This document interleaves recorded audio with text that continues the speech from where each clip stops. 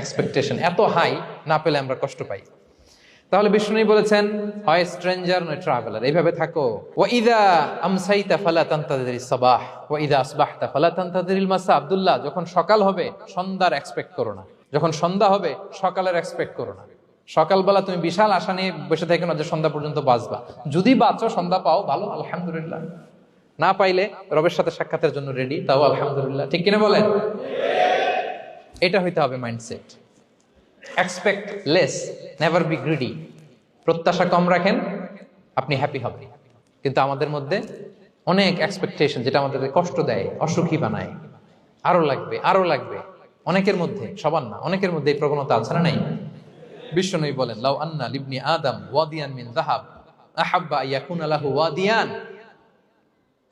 প্রত্যেক বনি আদমকে যদি একটা করে স্বর্ণের পাহাড় বানায় দেওয়া হয় বা উপত্যকা বানায় দেওয়া হয়, সে চাবে আরো একটা স্বর্ণের পাহাড়ের মালিক কিভাবে হওয়া যায়। আচ্ছা বলেন তো, একটা স্বর্ণের পাহাড়, এটারে বেচা খাইতে খাইতে আমার 14 পুরুষও খাই শেষ করতে পারবে? তার একটা দিয়ে আমি কি করব? কিন্তু বিষ্ণু বলেন, অনেকের প্রবণতা আরেকটা চায়। ওয়ালা ইয়ামলা আফাহু ইল্লা তুরাব। কবরের মাটি ছাড়া তার এই আশা, ভরসা, প্রত্যাশা কেউ থামাতে পারবে না। তাহলে আমরা যেন গ্রিডি না হই, লোভী না হই, আমাদের এক্সপেকটেশন যেন কম থাকে।